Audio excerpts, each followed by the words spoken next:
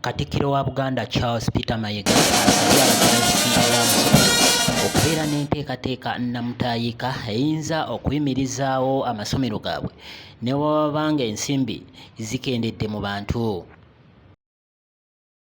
Charles Pater Mayiga abadde ku bijjaguzo eby'essomero erya nga liweza emyaka 10 nga bagunjula abaana b'eggwanga, era ng'agambye nti mu kiseera kino waliwo okusoomoozebwa kw'ebyensimbi naye bano basaana okuba abeetegefu.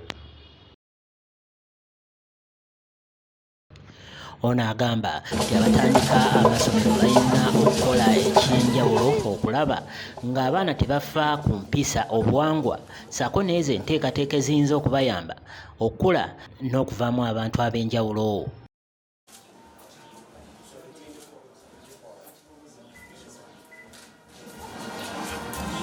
Leero nga bugobererwa obwenkya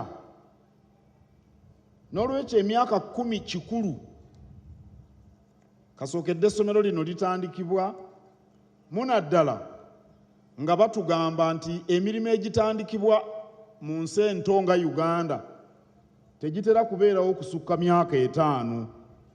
Awo nno nkulisa nnyo abatandisi b'essomero lino n'abaliddukanya abasomesa n'abatali basomesa, abazadde n'abayizi okutuuka ku myaka gino 10.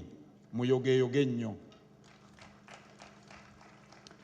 Nazze wano okusanyuka nammwe emyaka okukozesa ebiragalalagala kubanga ono ye kanaaluzaala avaako abaana okwonooneka olwo ne bafuuka ebitagasa mu ggwanga.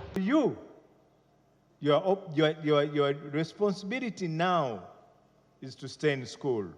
Listen to your teachers.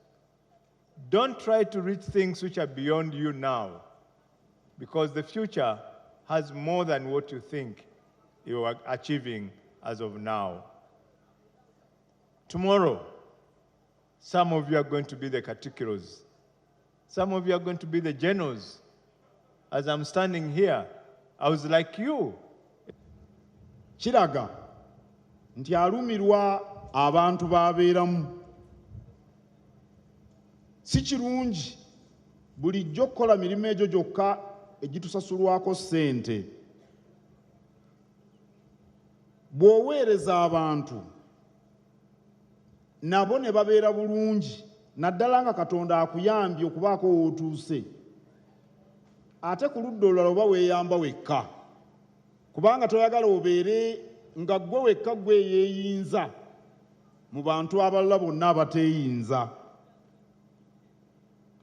Omwaka oguwedde essaza ly'Ekyaggwe lye lyawangula amasaza gonna mu Buganda mu buweereza, era twajja wano mu ggulu ne tubakwasa engule yaabwe. Ate ku budde bwe bumu eggombolola y'e Kawuga ekulirwa Vincent Matovu y'eggombolola eyasinga mu Bwakabaka bwa Buganda. Kino nno kitegeeza nti omukulu ono mukozi nnyo, ate mwetoowaze. Omusumba w'essaza ery'Erogazi eyawummula Ssekamaanya asabye abaana ssaako n'abasomesa okukuuma empisa kubanga gwe musingi ogw'ensi.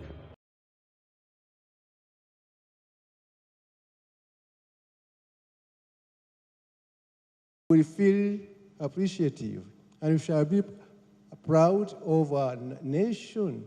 It is upon you tomorrow to make a Uganda what it is, it will be by then. To make a Buganda and other ethnic groups what they will be tomorrow.